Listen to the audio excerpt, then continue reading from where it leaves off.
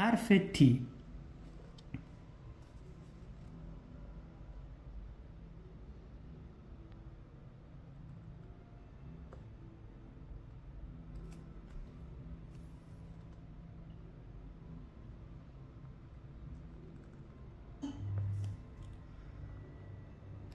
خب بچه ها، این حرف متشکل از حرکت شماره 9 ما. اگر یادتون باشه این بود، یک کاملا ظرافت یه مقدار میومدیم بالا، یعنی 1/3.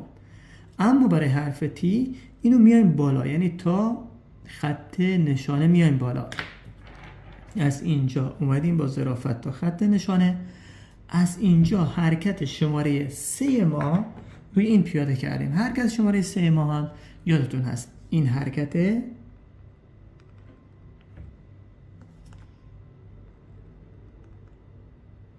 اما با این تفاوت که باز از خط نشانه در واقع شروع کردیم. اوج ضخامت از نشانه تا میانه اوج ضخامت، این تنه اصلی تی. از میانه تا پایه تقسیم بندی داریم به 1/3. 1/3 اول اوج ضخامت، 1/3 دوم کم کم نیم ضخامت و 1/3 پایینی اینجا این قسمت ها، یعنی دیگه کم کم داره میره به سمت ظرافت.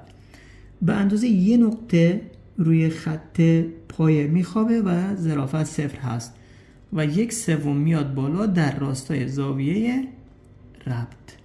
این هم از حرف تی ما و این خط هم با ظرافت کامل 1/3 بالایی بین خط میانه و نشانه هستش. این هم از حرف تی ما.